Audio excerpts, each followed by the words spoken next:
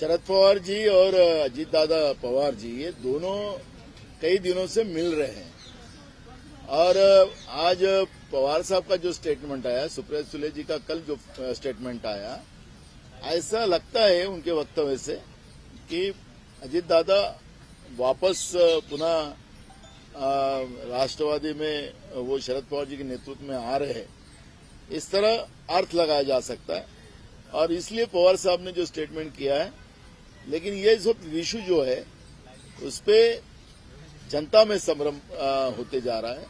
तो पवार साहब एक ज्येष्ठ नेता है, तो मुझे लगता है कि कुछ न कुछ वापसी का काम शुरू हो चुका है और इसलिए पवार साहब ने इस तरह का स्टेटमेंट।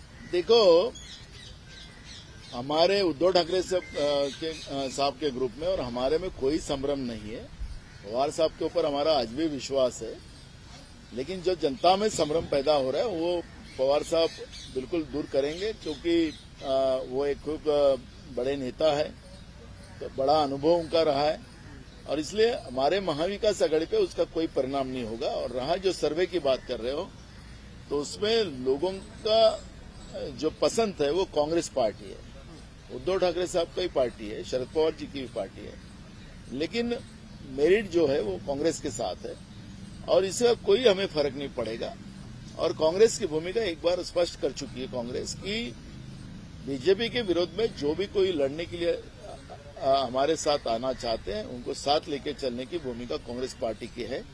और मुझे लगता है कि एक अच्छा वातावरण चुनाव आते तक और महाराष्ट्र में बनेगा और सबसे बड़ा दल करके हमारे जो अलायंस रहेगा वो सबसे बड़ा दल करके महाराष्ट्र में लोगों के आशीर्वाद से आगे आएगा। तो महाराष्ट्र में आज जो स्थिति है, मैं आज कल ही दौरे से आया, मैं परसों पुनः ग्रामीण में था, प्याज किसानों का बड़े आंदोलन में मैं उसमें खुद उसको मेरे नेतृत्व में एक बड़ा आंदोलन हुआ और मैंने देखा कि किसानों में अब गुस्सा बड़े पैमाने में बढ़ चुका है, युवाओं में बड़े पैमाने में गुस्सा बढ़ चुका है, गरीबों में महंगाई की वजह से गुस्सा बढ़ा हुआ है।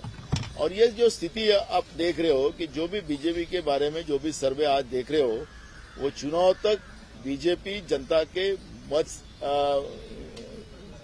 के दिलो दिमाग से बाहर हो जाएगी। आपको याद होगा कि एक सर्वे जो अभी आया है, चंद्रयान 3 जब अपने सीमा में पहुंचने जा रहा था, जब लाइव टेलीकास्ट चल रहा था और देश के ज्यादा पैमाने में लोग लाइव टेलीकास्ट देख रहे थे। जैसे ही देश के प्रधानमंत्री का उसके बाद में स्पीच आना शुरू हुआ तो लोगों ने टीवी बंद कर दी। उसका सर्वे भी आया है, एक बड़े पेपर में मैं आज पढ़ रहा था, एकदम 12% पे आ गया। तो प्रधानमंत्री नरेंद्र मोदी के चेहरे पे जो चुनाव लड़ने की बात जो बीजेपी बार बार कह रही है, तो चंद्रयान के पहुंचने तक और लोग कितने परसेंट लोग जब चैनल देख रहे थे और नरेंद्र मोदी का भाषण शुरू हुआ तो कितने लोगों ने टीवी बंद कर दी। ये सबसे बड़ा उदाहरण कल की घटना में आपने देखा है। तो इसलिए बीजेपी का जो चेहरा है नरेंद्र मोदी का, वो सबसे फेल हो चुका है। उसका मीनिंग यही लगा सकते हैं। उन्हीं के गोदी मीडिया के भी कुछ चैनल दिखाना चाहते तो लोगों ने टीवी बंद कर दिया।